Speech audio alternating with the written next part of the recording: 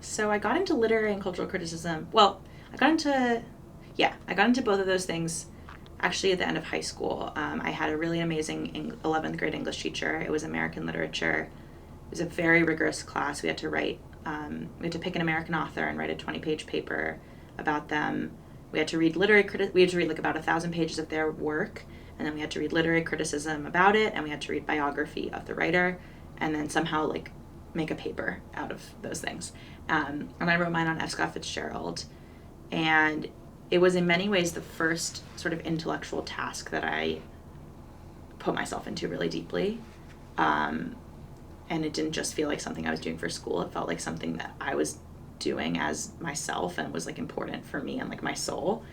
And I fell in love with it. I fell in love with Fitzgerald's work. I fell in love with reading literary criticism. It was the first time I'd read literary criticism.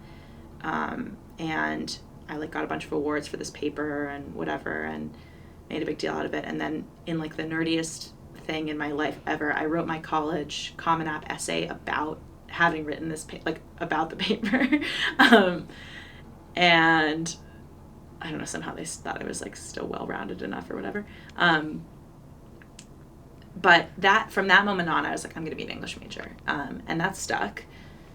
And I specifically was very interested in American literature, and that also stuck, and 20th century, and that also stuck. But I was particularly interested when I read Fitzgerald with how his work like did or did not reflect the cultural situation and the political situation of America at the time. And so from the outset of my interest in American literature, I was interested in like not just like what was within the book, but like what the book was in relation to the rest of culture. And so that was the framework that I really came in with when I went to Williams, and that was something I really sought out in my English classes. And that was not the methodology of all of the English department. Some professors were more into that than others. But I stuck with that path. I was interested in reading sort of as contemporary American stuff as possible. And my sophomore year, I saw there was a class being offered on Jewish American fiction. And I was like, this is 20th century American fiction, and it's Jewish, and I am Jewish, and my Jewish identity is very important to me. But I had never really mixed these two things. I never mixed like my love of American literature and like cultural criticism with Jewishness at all. And I was like, well, this is a great opportunity. So I took this class, and I just like fell in love with it, fell in love with the professor, and just discovered this whole new world of like these American writers who had thought that Jewishness was like a valid literary topic, and that was fascinating to me. And also like at the same time, I guess I was 19 or 20 at this time, I had like matured in my thinking about Judaism because I had spent time in this pluralistic Jewish environment, in the religious like community at Williams. I was very involved in that. And so here was like yet another way of understanding Judaism and Jewishness that hadn't been part of my childhood exposure to it.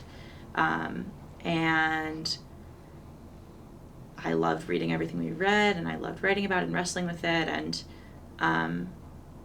at some point during this class, I think I knew, but I like learned more solidly that like, so I think the first writer that we read was Isaac Bashevis Singer in translation. And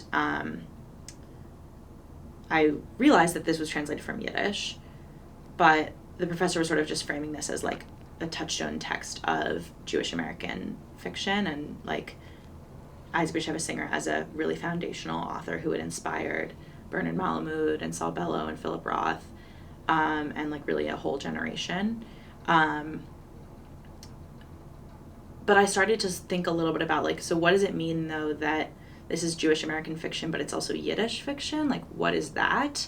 And I wrote a paper about, I think it was The Little Shoemakers, one of the Isaac Bashevis Singer short stories. And I remember, I got it back and I talked about it with the professor afterwards, and he said, like, this is really fascinating, but you are like making your argument based on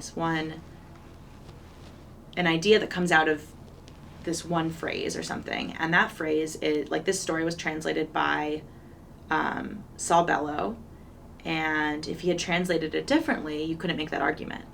And that really stuck with me because I was like, so this whole body of work, like Isaac Bashevis Singer's work that is being framed to me in this class as this foundational part of American Jewish literature, is actually coming to us in this very mediated way through the lens of translation.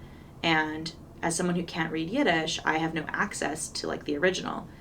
And so I think at that point I was like, okay, I think I'm gonna need to learn Yiddish. But then there were, like, that was in 2014, so there was a little bit of a gap between when I actually did and when I realized I had to.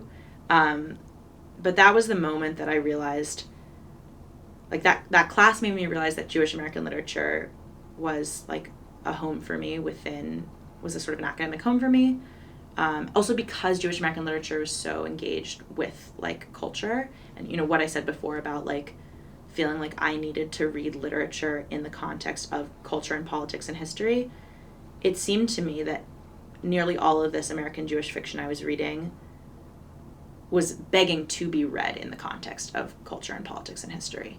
And so that was felt very like a home for me. But so that class, you know, solidified that aspect of my academic interest, but it also solidified this like future need for me to become interested in Yiddish and like opened that as something that was going to be part of my academic and intellectual path.